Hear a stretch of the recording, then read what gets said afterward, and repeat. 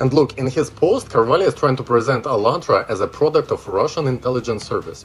I'm tired of seeing this hypocrisy. AllatRa has been banned in Russia in 2023, and all ex-members of AllatRa are being severely prosecuted by FSB right now in Russia, because Dworkin commented so.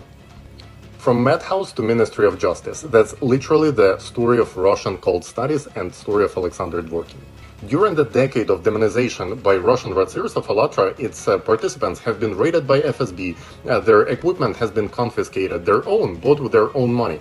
But after the official ban, the prosecutions went on another level. People are facing criminal cases, people are thrown to jail. Because Dworkin's body in parliament, the parliamentary official from Chelyabinsk region, which BBC was writing about, Yana Lantratova, she incited prosecutions towards AllatRa participants, saying that this Ukrainian sect has to be dealt with. Novopashin said that claiming undesirable is not enough and AllatRa has to be declared as a terrorist organization. Just think about the level of insanity of these people. But in fact, as we know from leaked emails of Putin's assistant, this network of anti-cult agents in Ukraine was used to spread Russian propaganda and disinformation and incite hatred and division in Ukraine prior to the invasion.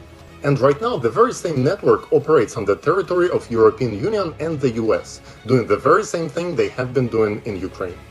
Now, through media campaigns against certain organizations, they recruit agents in the media, and AllatRa has been a very convenient target for them, because it's an international movement with representatives in 180 countries. So in Russia, they would say that it's a Ukrainian sect that's taken over Russia. And in Ukraine and Western world, they would submit articles that AllatRa is a Russian sect that praises Russian world.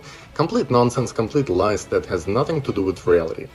Attacks on AllatRa is just a convenient way for them to recruit new agents in the media like this one.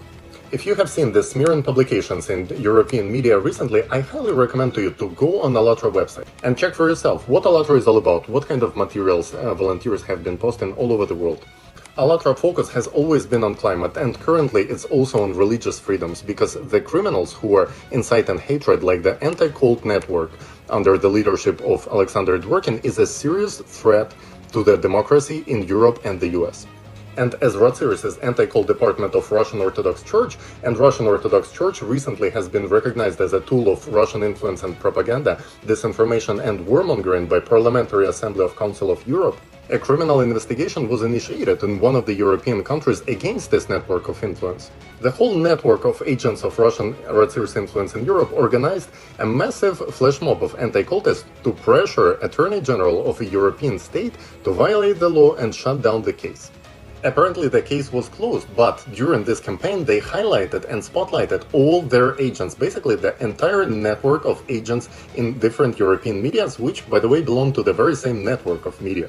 Even bizarre characters like Zdunek Wojciszek from Czech Republic and Luigi Carvalho, who was previously only taking bathroom selfies naked ones with Instagram filters and enjoying comparing himself to Lucifer. Even these bizarre characters, which were previously quiet, came out and showed up and exposed themselves. Even their agents in the US joined this anti-cult flash mob.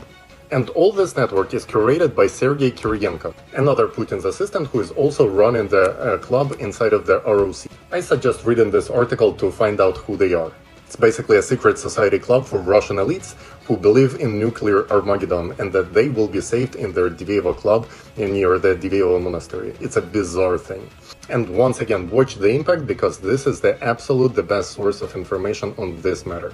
Basically, they're using all possible methodology to undermine Western democracy, and anti-cultism is just one of the most convenient methods because it's covert and it's very effective. Here's another anti-cultist from the UK, Anne Singleton, along with Carvalho, of course. And she's a confirmed agent of Iranian intelligence. She's also a member of FACRIS, and her anti-cult organization, the Family Survival Trust, is also mentioned on BBC website as a trusted source. And of course, this whole network cooperates with the Chinese Communist Party.